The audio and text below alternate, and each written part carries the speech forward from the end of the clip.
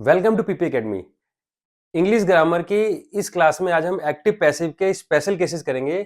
Part two. Part one में हम कुछ केसेस को ऑलरेडी डिस्कस कर चुके हैं, बाकी बचे हुए केसेस को हम इस क्लास में डिस्कस करेंगे। तो चलिए स्टार्ट करते हैं। Imperative sentence. इंपेरेटिव सेंटेंस यानी आदेशात्मक, यानी जिसमें ऑर्डर दिया जाता है, कमांड दिया जाता है, एडवाइस दी जाती है, इस तरह के सेंटेंस को हम इंपेरेटिव सेंटेंस कहते हैं। और इसमें ना हम या तो लेट का यूज करते हैं, यानी अगर जैसे आपको ऑर्डर दिया जा रहा है तो वहां लेट हो गया। यू आर रिक्वेस्टेड का यूज करते हैं, जैसे प्लीज वाले सेंटेंस होते हैं वहां पर यू आर रिक्वेस्टेड यूज करते हैं। अगर एडवाइस है तो यू आर एडवाइज्ड का यूज करते हैं। डिपेंड करता है सेंटेंस के स्ट्रक्चर पे। जैसे कुछ एग्जांपल देखते हैं, जैसे क्लोज द डोर, ये देखते ही पता चल रहा है कि ना इसमें ऑर्डर दिया जा रहा है, तो इसमें क्या यूज करेंगे हम? लेट का। लेट द डोर, देखिए यहां पर जो ऑब्जेक्ट है उसको सब्जेक्ट, यानी बाद वाले को पहले लिखेंगे। Let the door be closed. और अगर इसमें हम चाहें तो बाय यू भी कर सकते हैं, बट ये नॉट नेसेसरी, ये जरूरी नहीं है। हमारा यहां तक सेंटेंस कंप्लीट है ये। अगला है प्लीज हेल्प मी। तो देखिए प्लीज वाले में क्या करते हैं ना, यू आर रिक्वेस्टेड, तो क्या करेंगे? प्लीज हटाया हमने, यू आर रिक्वेस्टेड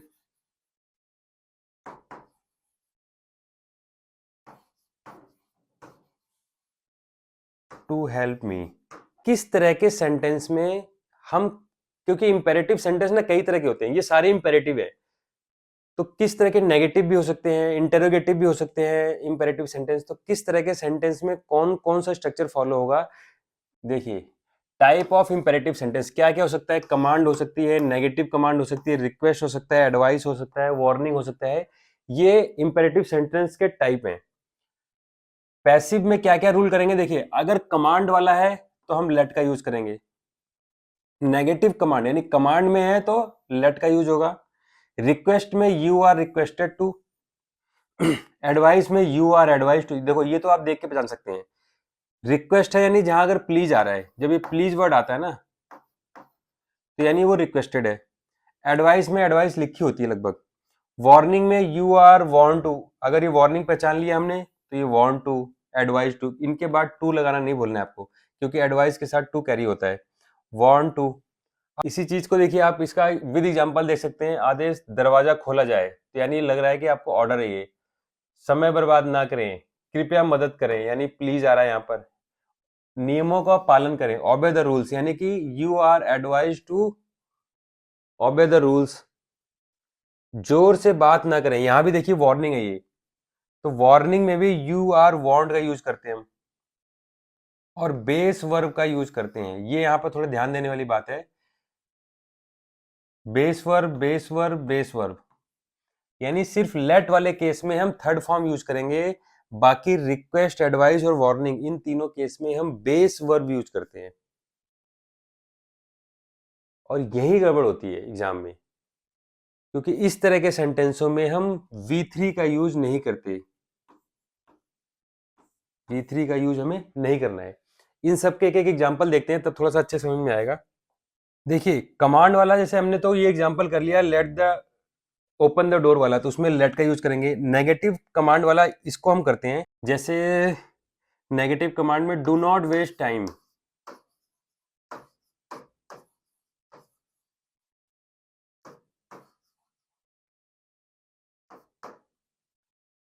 इसका हमारा पैसिव बनेगा।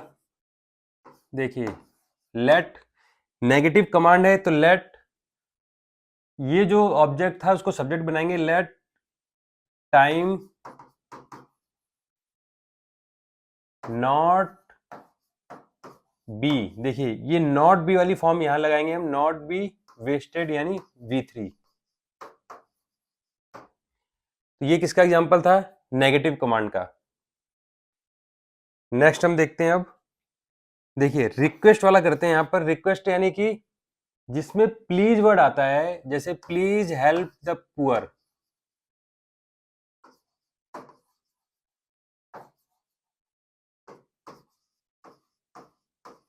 अब इसमें क्या होगा, इसका पैसिव बनेगा। रिक्वेस्ट वाला है तो यू आर रिक्वेस्टेड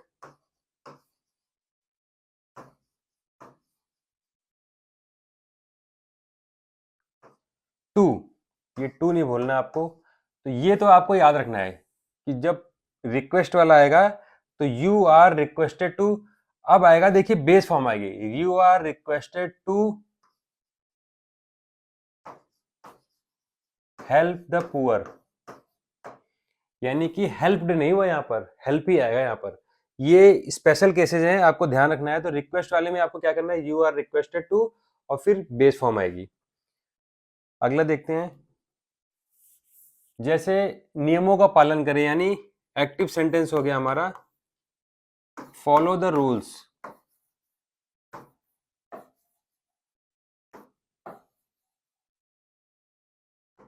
अब इसमें आपको देख के पता चला होगा कि आपको रूल्स मानने की सलाह दी जा रही है, यानी ये एडवाइस है। तो एडवाइस वाले सेंटेंस का स्ट्रक्चर क्या होता है, यू आर एडवाइज्ड टू। इसका पैसिव कैसे बनेगा, ये तो आपको याद ही रखना पड़ेगा। इसमें क्या स्टार्ट करेंगे, you are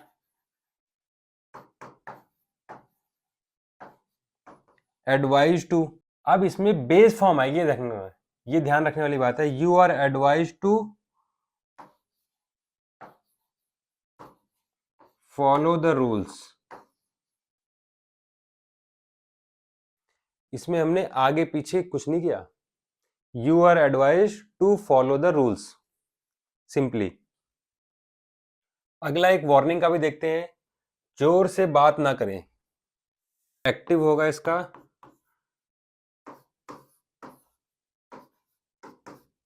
don't talk loudly.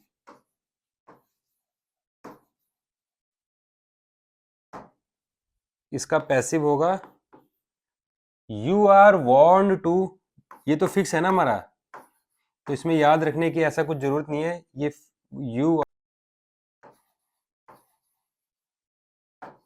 Want, देखिए होना तो चाहिए वांट टू, जैसा कि हमारे स्ट्रक्चर में दिखा रहा है, बट ये नेगेटिव सेंटेंस है तो इसमें क्या आएगा, नॉट पहले आ जाएगा नेगेटिव वाले में। You are want not to talk loudly.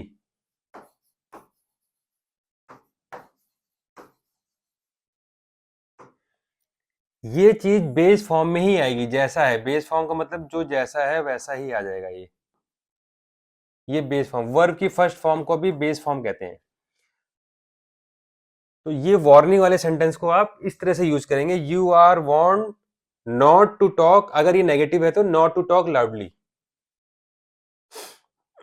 अगर ये नेगेटिव नहीं होता तो नॉट नहीं आता, यहां पर वांट के बाद टू आता। अब हम देखते हैं ऐसे कौन से सेंटेंस होते हैं जिनके अंदर ऑब्जेक्ट ही नहीं होता, उनको बोलते हैं इनट्रांजिटिव वर्ब। जैसे देखिए ऐसे सेंटेंसों का हम पैसिव वॉइस नहीं बना सकते जिसमें ऑब्जेक्ट नहीं है, क्योंकि हम सब्जेक्ट को ऑब्जेक्ट, ऑब्जेक्ट को सब्जेक्ट में चेंज करते हैं। अगर किसी में ऑब्जेक्ट ही नहीं है और जिसमें ऑब्जेक्ट नहीं है उसको हम बोलते हैं इनट्रांजिटिव वर्ब। यानी इनट्रांजिटिव वर्ब का मतलब उसमें ऑब्जेक्ट नहीं है। ऑब्जेक्ट जैसे ये वाले वर्ड्स होते हैं ना, इनको बोलते हैं intransitive verb.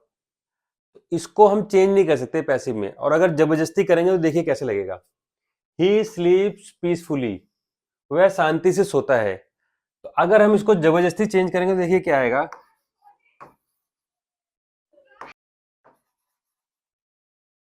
Is peacefully is slept by him. कैसा लगेगा आपको, मतलब ये बन ही नहीं सकता है, देखने में पढ़ने में बड़ा अजीब सा लग रहा है। तो ये जिसमें ऑब्जेक्ट नहीं होता है उस सेंटेंस का हम पैसिव नहीं बना सकते। अब हम देखेंगे रूल्स की समरी, देखते हैं एक बार।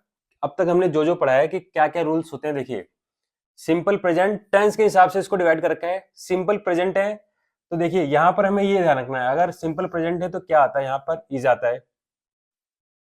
कंटिन्यूअस है तो बीइंग आएगा। He is writing a letter, तो इसको क्या बोलेंगे, अ लेटर इज बीइंग, क्योंकि कंटिन्यूअस सेंटेंस है आईएनजी वाला, तो इसमें हम आईएनजी वाला बीइंग भी ऐड करेंगे। प्रेजेंट परफेक्ट, देखिए जैसे ही ये परफेक्ट आया, परफेक्ट वर्ड दिमाग में आते ही हमारे पास आना चाहिए कि बीन आएगा। हैज तो लगा ही हुआ है इसमें ऑलरेडी, इसमें हमें बीन ऐड करना है। सिंपल पास्ट में देखिए इसमें कोई बिल्कुल नॉर्मल सेंटेंस है, ये बी3 आया है, ये बी की फॉर्म आई है हम यहाँ पर हेल्पिंग वर्ब इसमें है नहीं, तो देखिए क्या आएगा, पास्ट, सिंपल पास्ट का हम हेल्पिंग वर्ब वाज लगाएंगे और third form V3। Past continuous है तो देखिए जैसे कंटिन्यूअस आया तो बीइंग आ जाएगा इसमें।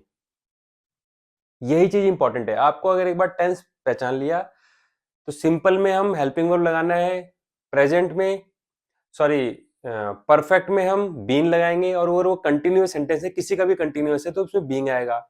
मॉडल्स आते हैं तो उसमें मॉडल्स प्लस बी का यूज करते हैं, यानी क्या होता है देखो, मॉडल्स वाले केस में हम मॉडल लगाते हैं प्लस बी का यूज करते हैं, और जो लेट वाले सेंटेंस होते हैं जैसे रिक्वेस्ट वाले सेंटेंस हो गए, एडवाइस वाले सेंटेंस हो गए, उसमें हम V3 यूज नहीं करते हैं। यही कुछ छोटी छोटी सी बातें हैं, अगर आप इनको ध्यान में रखेंगे, एक बार दो बार रिवाइज कर लेंगे तो एग्जाम में यही सब चीजें छोटी छोटी गलतियां देके हमें फंसा जाता है। तो समरी ऑफ द रूल्स की अगर बात करें तो देखिए क्या है, ऑब्जेक्ट को सब्जेक्ट और सब्जेक्ट को ऑब्जेक्ट, यानी इधर का उधर करो और बाद में बाई लगाओ।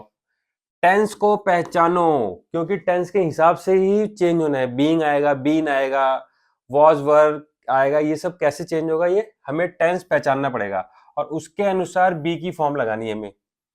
वर्ब को हमेशा V3 में बदलो, हमेशा बदलना है, बट रिक्वेस्ट एडवाइस वाले सेंटेंस में नहीं, इसमें बेस फॉर्म आती है।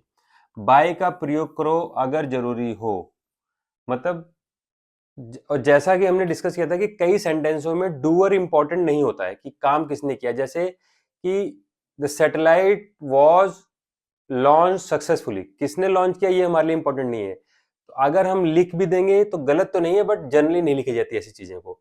तो ये समरी है आपकी, ज्यादा कॉम्प्लिकेटेड नहीं है, सिंपल चीजें हैं, आप रिवाइज करिए, याद हो जाएगा अच्छे से।